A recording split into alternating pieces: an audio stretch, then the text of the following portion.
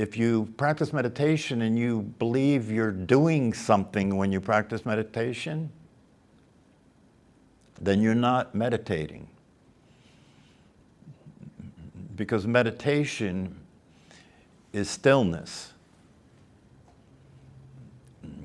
And if you're doing something, that's activity, isn't it? Activity cannot produce stillness. That would be activity. Stillness is already there. So when you practice meditation, what you're doing, the language says what you're doing, but you're not doing. When you practice meditation, the experience is the experience of the stillness that is always there.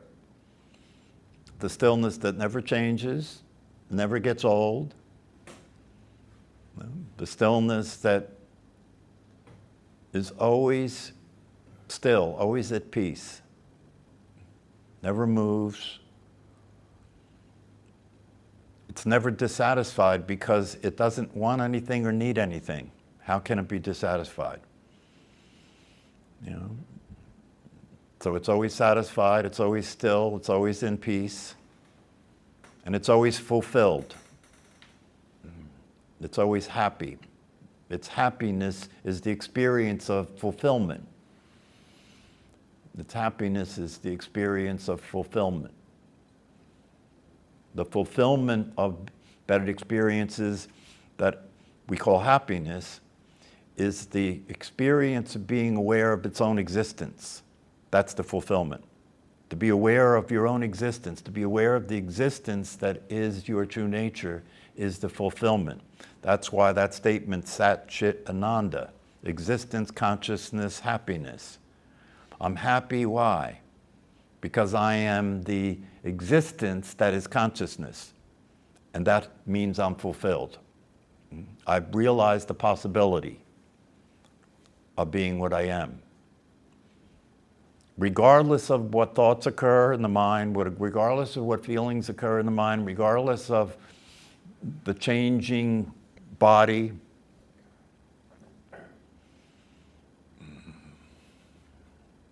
so in order to practice being what you are, you have to pay attention to the ongoing identity that's presented to you as a body and a personality. You have to pay attention to that so you could keep seeing what you're not. And if you see what you're not, you're seeing it from what you are. That's how you realize your true nature. You don't try and change anything. You don't try and do anything. You are in the process of coming out of that.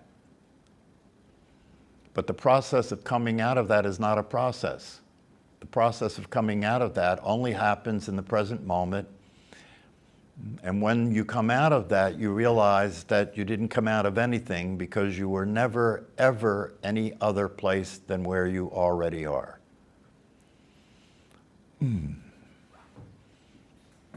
So when you start to pay attention to things as they actually are, everything gets turned upside down. When you're paying attention to things as they actually are, every negative is a positive. As you get older, that's a positive because you are aware of the fact that you have less time to realize the truth. So that becomes a positive. Yeah? Whenever you are suffering from emotional pain, that could be taken as a negative. When seen from the light of awareness, it's seen as a positive. Because when you see it from the light of awareness, you're not the one in pain. There is pain, but you're not the one in pain. And if you're not the one in pain, can you suffer?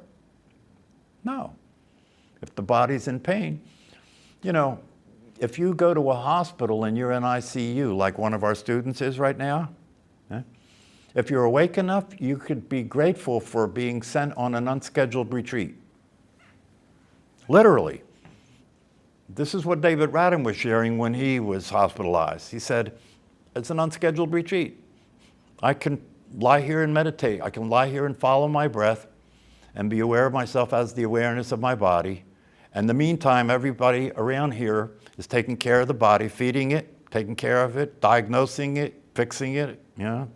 All I have to do is Be here and practice meditation the whole time. It'll be a retreat. It'll be a retreat.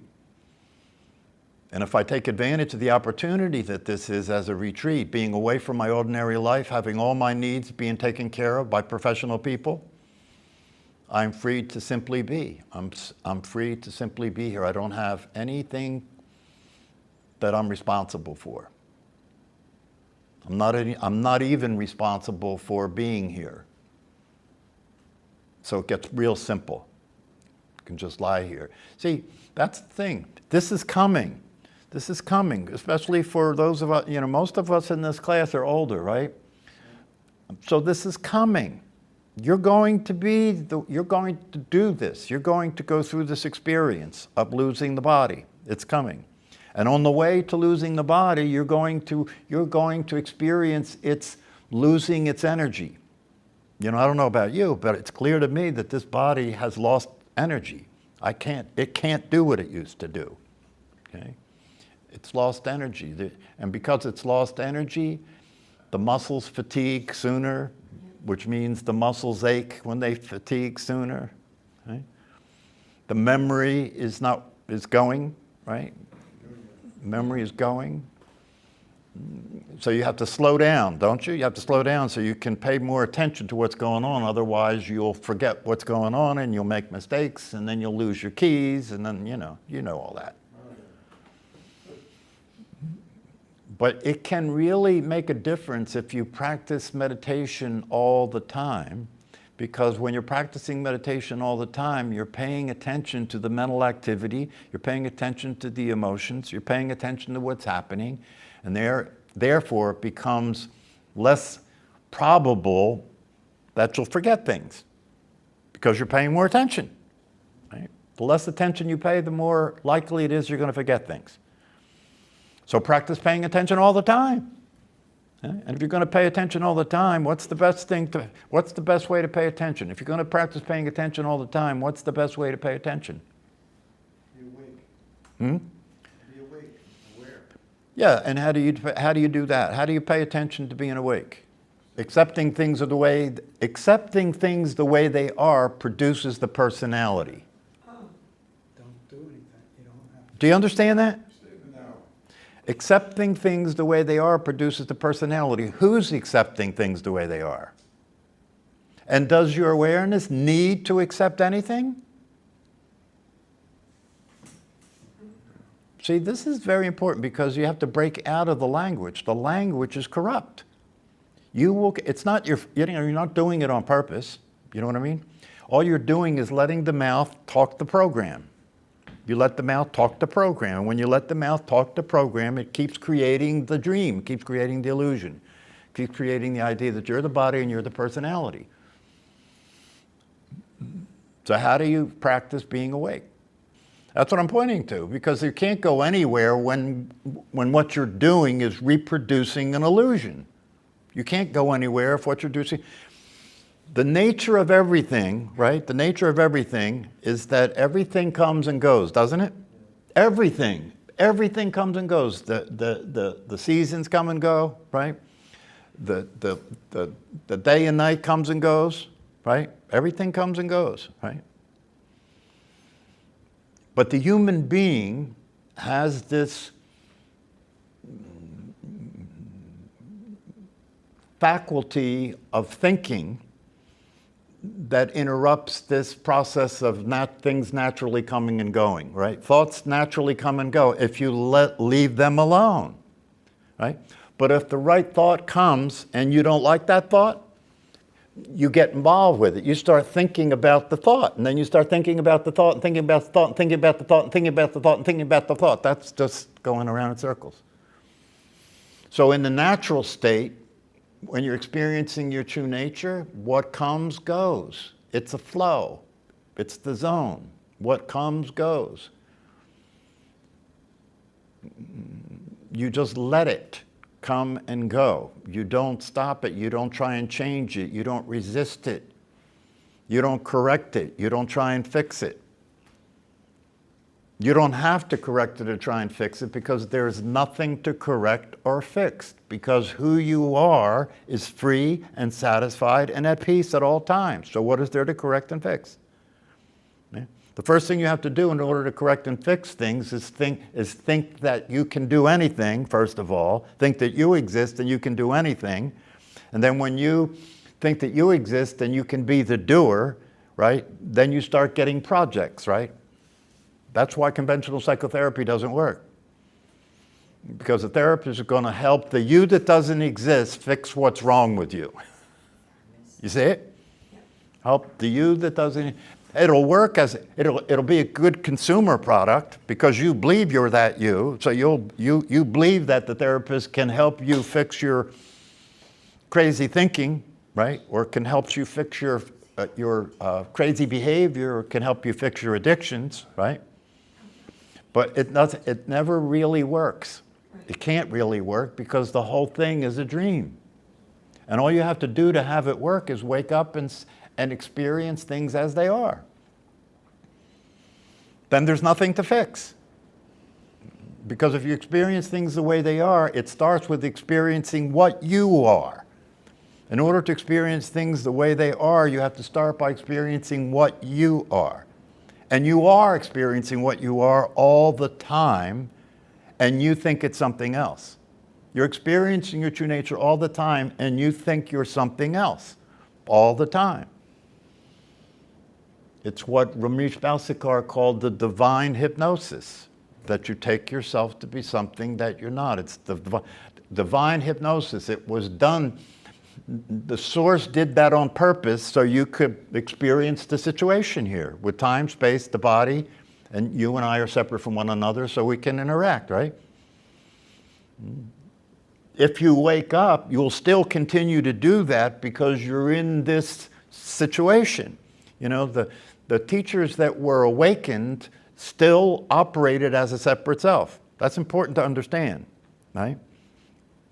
The awakened teachers still operated as a separate self in time and space.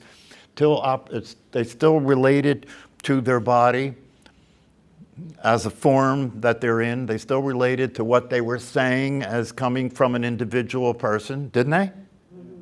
Yeah. But the difference was they knew they were doing that, and almost nobody else does. You get it? So this is not about changing who you're being. No. You're going to continue to be who you're being. That's part of the setup. That's the game we're playing here, right? But now you know that it's not what you are. That changes everything. It's like playing football. Now check it out. It's like playing football, and suppose we hypnotized all the players on the football team and they believe this isn't a game, right? Like, what was that famous coach that winning is all that matters? Lombardi. Yeah, Vince Lombardi. Vince Lombardi. Suppose you took a football team and you hypnotized all the players and told them this is not a game, right? How do you think that would go? There'd be blood on the field, right? And would not be fun. They wouldn't be having any fun, right? Because they would feel threatened by the other players, right? And it would be a survival operation, right? Well, that's exactly what y'all are doing. That's what humanity's doing. Humanity's playing a game, but they don't know it's a game. They think it's real, right? And so everybody's suffering.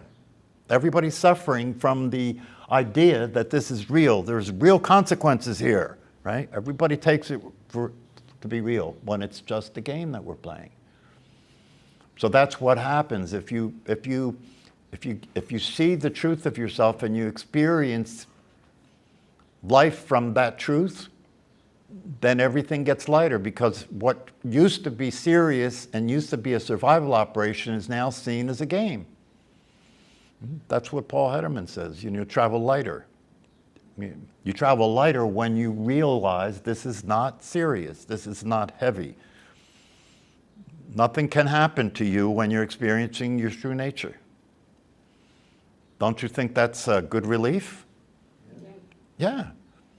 But the only way you're going to experience that relief is by paying attention to the divine hypnosis, paying attention to the fact that you've been hypnotized to believe that your personality is what you are and your physical body is what you are. And once you believe that, it's not a game now. Now it's serious, right? It can't, once you believe that, it stops being you and me and turns into you or me.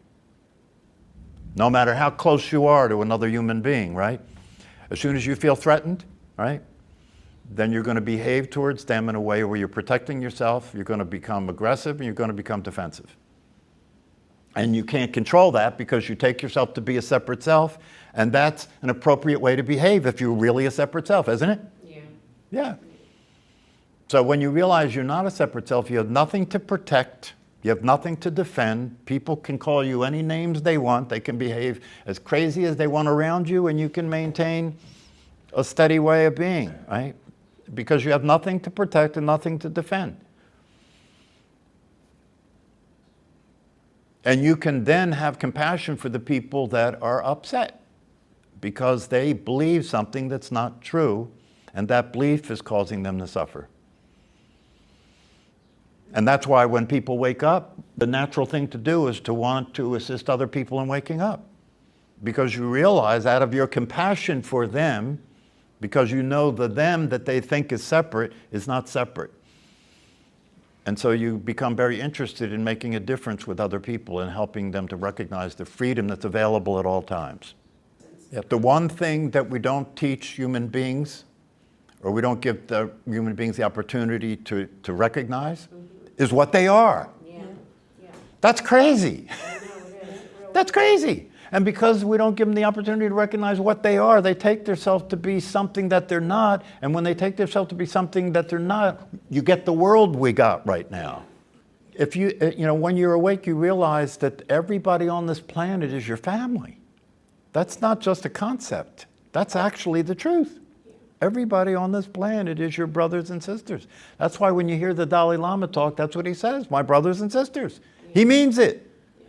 He means you're my brothers and sisters. I care about you. I'm concerned about you. And if everybody on the planet were experiencing that, consider the difference it would make. It would be unacceptable for people to be starving. Do you know there's enough food on the planet to feed everybody? Absolutely. Yep. I believe that. And yet starvation is happening by the tens of thousands every day. Yeah. It's a horror show. Yeah.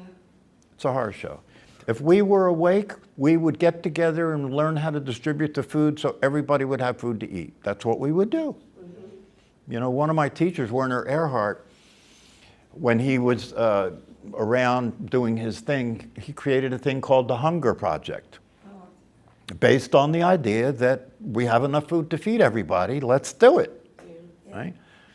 And one of the things that was part of the Hunger Project was not only to distribute the food so everybody could have it, but to teach people to generate food, Yes.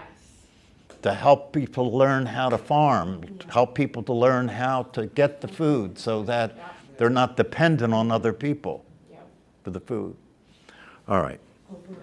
Thank Have a good you. night. Stay out of your head.